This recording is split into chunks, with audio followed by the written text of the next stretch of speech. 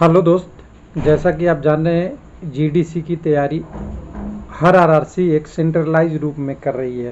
हालांकि paper centralise होगा, notification सबका अलग अलग है।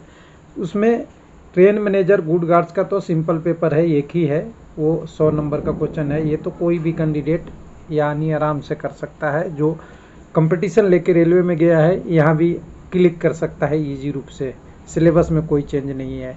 लेकिन सफलता और तैयारी के बीच में टेक्निकल पार्ट बी का क्या अंतर पड़ेगा एलपी टेक्नीशियन और जेई में। एलपी टेक्नीशियन में एक क्वालिफाई नेचर है, जेई में इस पे मेरिट बनेगी। यानी एलपी टेक्नीशियन में क्वालिफाई यानी 35% नंबर लाने में लोगों को मुश्किल हो जाती है, क्योंकि वो टेक्निकल से थोड़ा दूर हो जाते हैं, फील्ड में जाते हैं तो अलग तरीके के जॉब करते हैं। और एलपी टेक्नीशियन में मैंने देखा है ओपन मार्केट एग्जाम में भी, खास करके आईटीआई वाले टेक्नीशियन कैंडिडेट, एलपी में जो डिप्लोमा वाला अप्लाई करते हैं कैंडिडेट, उनकी तो दिक्कत नहीं आती, लेकिन जो आईटीआई वाले कैंडिडेट हैं उनको क्वालिफाई नहीं होता। यानी पार्ट 1 में बढ़िया नंबर लाने के बाद, पेपर 1 में लाने के बाद पार्ट बी में डिस्क्वालीफाई कर जाते हैं। और बहुत बड़ी इशू होती है कि 35% भी नहीं लाएं तो फिर दिक्कत होता है। तो तैयारी कैसे करें, महत्वपूर्ण कैसे बनेगा, उसके बारे में बात करेंगे। उससे पहले सबसे पहले आपको एक चीज़ सूचना दे दिया जाए कि अभी जीडीसी के लिए डेली कुछ ना कुछ अपडेट आ रहा है। उसमें अभी का अपडेट जुड़ गया है मुंबई का कैंसिलेशन। सेंट्रल रेलवे में जो 1/22 और 2/19 जो आया था, उसमें स्टेशन मास्टर पोस्ट छोड़ के सारे जो पोस्ट थे सबको कैंसिल कर दिया है। और अब केवल अगला जो नोटिफिकेशन आएगी इस नोटिस के आधार पे आएगी, जिसमें नोटिस में लिखा है कि कोई भी कैंडिडेट जिन्होंने अपना डाटा अपडेट नहीं कराया है किस पे, जो रेलवे के लिए एलपी टेक्नीशियन जीडीसी के लिए, वो एचआरएमएस जो इनकी सर्विस है, जिसमें आपका पे लॉगिन वगैरह पे जाके सारा चीज़ अपने आप अपडेट कर लीजिए। ये पहले आया था नोटिस, जिससे आपको आने वाले जीडीसी एग्ज़ाम में आपको दिक्कत ना हो। तो कुछ लोग कहेंगे कि जीडीसी एग्ज़ाम में इसका क्या रोल है, तो मैं बताता हूँ आपको, थोड़ा सा एग्जाम्पल दिला देता हूँ यहाँ से। मैं एक बार कैंसिलेशन वाला बाद में बात कर लेंगे हम थोड़ा। एक चीज़ आपको यहाँ लेके आता हूँ, कोई आरआरसी एसीआर लेके आता हूँ आपको, आरआरसी, तब समझ में आएगा थोड़ा उसका रोल क्या है। डाटा अपडेट नहीं रहेगा तो आपके लिए कितनी दिक्कत आती है। वो रोल इतना इम्पोर्टेंट है कि देखिए अभी अभी हम आएंगे थोड़ा सा साउथ ईस्टर्न रेलवे का, जहाँ पे जीडीसी की लॉगिन होना शुरू हो गया है। बाकी अब पढ़ने का बात करेंगे अभी थोड़ी देर में इसी वीडियो में। तो यहाँ पे नोटिस में आएंगे, तो नोटिस में आइएगा तो यहाँ पे देखिए, यहाँ पे जीडीसी का रेलवे का साउथ ईस्टर्न रेलवे का आ गया है डिटेल। और यहाँ पे अगर आएंगे तो यहाँ पे भी मिलेगा, और आरआरसी बिलासपुर में भी जाएंगे वहाँ भी मिलेगा। तो सब जगह हम एक एक करके आपको दिखा देते हैं, थोड़ा सा आप समझ लीजिएगा क्या है इसमें। बिलासपुर का ले लेता हूँ मैं, आरआरसी बिलासपुर, बिलासपुर का, ठीक है। तो यहाँ पे आप आइए, यहाँ पे भी आइएगा। जैसे साउथ ईस्टर्न रेलवे में आए तो यहाँ पे आपको, यहाँ जीडीसी अगर करेंगे 1/2023, यहाँ में ऑनलाइन हो गया है। तो यहाँ से हम ऑनलाइन पे जाएंगे, और ऑनलाइन पे जाने पे आपको एक चीज़ दिखाएंगे कि हम यहाँ पे रजिस्ट्रेशन जैसे ही करेंगे, यहाँ पे सिलेक्ट आपकी क्वालिफिकेशन, तो आपने जो भी डालना है डाल सकते हैं। लेकिन यहाँ पे अगर आपने पे स्लिप का रजिस्ट्रेशन नंबर वगैरह, जैसे मान लीजिए कोई भी अप्लाई नंबर मान ले डाल लीजिए आपने, तो यहाँ लिखेगा कि आपका एम्प्लॉय नंबर ही एग्जिस्ट नहीं है, यानी AHRMS में अपडेट करना आपको। इनकी जो डाटा है, डाटाबेस है, उसको आपको किससे बोले हैं वो, जो AHRMS में अपडेट कर देंगे क्वालिफिकेशन वगैरह, तो आपको फॉर्म भरने में इजी होगा।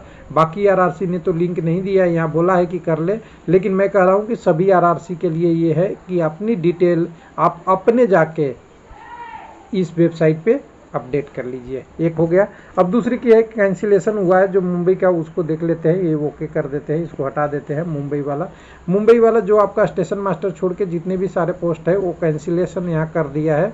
और कैंसिलेशन करते हुए लिखा है लोगों को कि पहले की जो आरआरसी के नोटिफिकेशन था, जो आपके बहुत पुराने दिनों से लंबित थी, ये सारे 2022 वाले, ये सब कैंसिल हो गए हैं। यानी इतने अकाउंट क्लर्क वाले, junior clerk account, station master को छोड़ के, जिसमें आपका गुड गार्ड्स, ये जूनियर क्लर्क वाले हो गए। अब नया जीडीसी में ये आएगा कि नहीं आएगा मुझे नहीं पता, लेकिन अभी फ़िलहाल इनकी एलपी टेक्नीशियन, जेई और आपका गुड गार्ड्स या ट्रेन मैनेजर अब ये पोस्ट आने वाला है, ये तो श्योर है। बाकी का देखिए क्या होता है, नोटिस आती है और ये जल्दी ही आएगी क्योंकि ये 27 तारीख का अपडेट हुआ है यहाँ पे, तो ये देख लीजिए यहाँ प्रोसेस चल रहा है। अब इसमें तैयारी करने की बात आती है, तो देखिए इसमें तैयारी करने के लिए 2-3 चीज़ आपको चाहिए। एक तो चाहिए पेशेंस ये चाहिए कि अब आपको ओपन मार्केट से कंपटीशन नहीं है, अब कंपटीशन है रेलवे एम्प्लॉय से। और रेलवे एम्प्लॉय में सब लोग जॉब करते हैं, थोड़ा किसी का ड्यूटी टफ होता है, किसी का कुछ होता है, तो आपको प्रिपरेशन में पार्ट बी बहुत इम्पोर्टेंट हो जाता है, क्योंकि पार्ट ए आपने जो पढ़ा था वो पहले कंपटीशन में गए थे तभी पढ़े थे और इस बार भी जाएंगे तभी पढ़ेंगे। तो मैंने पार्ट बी के लिए देखिए मुझे जो पता है जो उसके बारे में, तो electrical instrument mechanic, wireman, armature winding, refrigeration and air conditioning के 225 क्वेश्चन जो प्रीवियस 2018 वाले एग्जाम के 2019 में हुए थे शिफ्ट पार्ट बी, उसको डाल रहा हूँ। इसके बाद मैंने फीटर वाले सेक्शन के लिए मैंने तैयारी कर रहा हूँ, उसको डालेंगे। लेकिन ये पैड है, आपको लगता है कि क्वेश्चन पेपर है, क्वेश्चन पेपर का डिटेल एनालिसिस है, बाइलिंगुअल है, हिंदी इंग्लिश दोनों में है, और उसको मैंने डिस्प्ले करके बना रहा हूँ जैसे हमने DFCCI का बनाया था। तो LP टेक्नीशियन वाला ये मैंने बनाया है। तो इसका क्या है कि एग्ज़ाम का आपका एक ग्रुप है, 5 ग्रुप में चलते हैं, 5 ग्रुप में एक PCM होता है। तो PCM के बारे में मुझे ज़्यादा, मैं नॉन टेक्निकल ज़्यादा कवर नहीं करता इसलिए मुझे नहीं पता। तो PCM वाला का तो PCM हो जाता है। बाकी एक इलेक्ट्रीशियन का, वायरमैन का, इंस्ट्रूमेंट मैकेनिक, आर्मेचर वाइंडिंग का एक ग्रुप होता है। दूसरा ग्रुप होता है आपका टेक्निकल में इलेक्ट्रॉनिक्स से रिलेटेड जितने भी ट्रेड हैं उनका।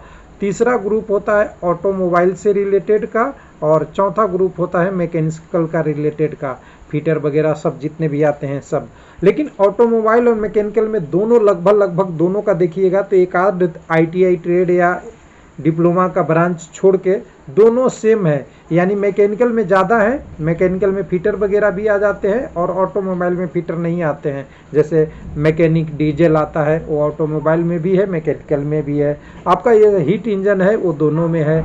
तो ये सब करके देखेंगे तो दोनों का क्वेश्चन पेपर एक ही बनता है। तो उसको मैंने नेक्स्ट में अभी बनाने का कोशिश किया हूँ और ये www.railwaylifelp.com के वेबसाइट पे डाल दूंगा।